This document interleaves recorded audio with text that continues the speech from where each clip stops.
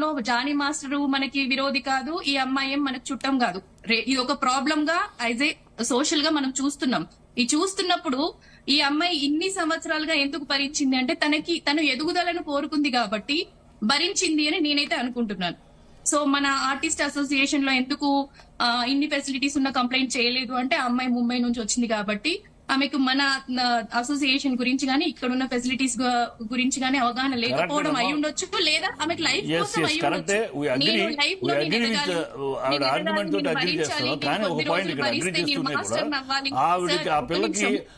లో career పోతుందంటే career పోయే అవకాశం లేదు. ఎందుకంటే ఆ పేరే బయటికి రాకుండా సీక్రెట్ గా చేస్తారు. ఇంకా ఈ అమ్మాయి కంప్లైంట్ ఇచ్చింది అని ఎవరు చేయరు.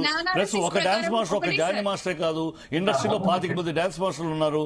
ఈ మాస్టర్ కాకపోతే ఆ మాస్టర్, జానీ మాస్టర్ మొత్తం కంట్రోల్ చేయట్లా. జానీ మాస్టర్ చెప్తే పని లేకపోతే లేదనే పరిస్థితులు అంత కమాండింగ్ లో ఆ రోజు లేడు అసలు. ఇవాళ జానీ మాస్టర్ ప్రెసిడెంట్ అయ్యి ఉన్నాడు, కానీ ఆ రోజు 2019లో జానీ మాస్టర్ మామూలు ఒక డాన్స్ మాస్టర్. ఆయనకు అంత కమాండ్ మొత్తం ఆయన చెప్పగానే ఎవడో పని ఎవడో అనే పరిస్థితులు ఆయన అంత కింగ్ పిన్.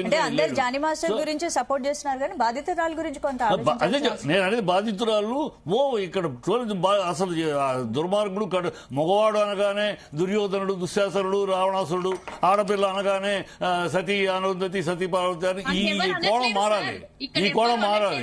ఆడవాళ్ళలోనూ మగవాళ్ళని ట్రాప్ చేసేవాళ్ళు ఉన్నారు, ఆడవాళ్ళు చేసేవాళ్ళు ఉన్నారు. ఆ సమధర్మంతో చూడాలి. ఆడ అని ఒక సాఫ్ట్ కార్నర్ ఇచ్చేసేసి వాటికి బలం చేకూర్చడం కరెక్ట్ కాదు. అంటే ఇప్పుడు ఇంకో విషయం ఏంటంటే, ఒక నిమిషం, ఏ తప్పు చేయకపోతే జానీ మాస్టర్ పరారీలో ఎందుకున్నాడు? చెప్తా. చాలా మంది అడుగుతారు, చెప్తా. ఎందుకు ఆయన అంటే ఆయన యాక్చువల్గా హైకోర్టులో దీనికి ఒక ఈ కేసు కొత్తగా పోక్స్ కేసుకు కూడా ఒక ఫెసిలిటీ ఉంది హైకోర్టులో. హైకోర్టులో వేసుకోండి. ఇక్కడ వచ్చి వీళ్ళందరికీ నేను చేయలేదు బాబు, నాకు తెలియదు బాబు నీ శోకం పెట్టుకునే కన్నా కోర్టుకు వెళ్ళి కోర్టులో తెచ్చుకుని ఆ తర్వాత అప్పుడు క్లీన్ గా మాట్లాడుకోవచ్చు అని. ఇప్పుడు ఈ మీడియా ముందు వచ్చి మాట్లాడి ఏమిటి చెప్పదు, నాకు తెలియదు, నిజం చెప్పలేదని చెప్తే అంగీకరించే పరిస్థితిలో లేరు. జరిగే ఉంటది.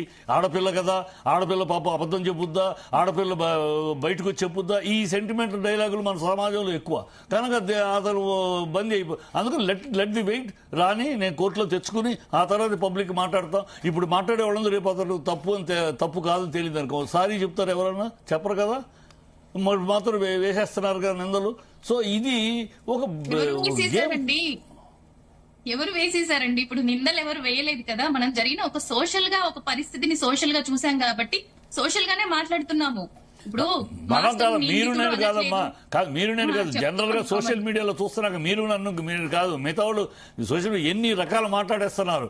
అది అతను ఒక నరరూప రాక్షసుడిలాగా, అతను గ్యాంగులను మెయింటైన్ చేస్తే గ్యాంగ్స్టర్ లాగా లేపేస్తాడేమో, చంపేస్తాడేమో, బయటకు వచ్చి కంప్లైంట్ చేసిందో. ఇంకా చాలా మంది సమాజంలో ఒక మన సినీ ఇండస్ట్రీలోనే కాదు చాలా రంగాలలో చాలా మంది ప్రాబ్లమ్స్ ఫేస్ చేస్తున్నారు. ఇప్పుడు మీరు అన్నట్టు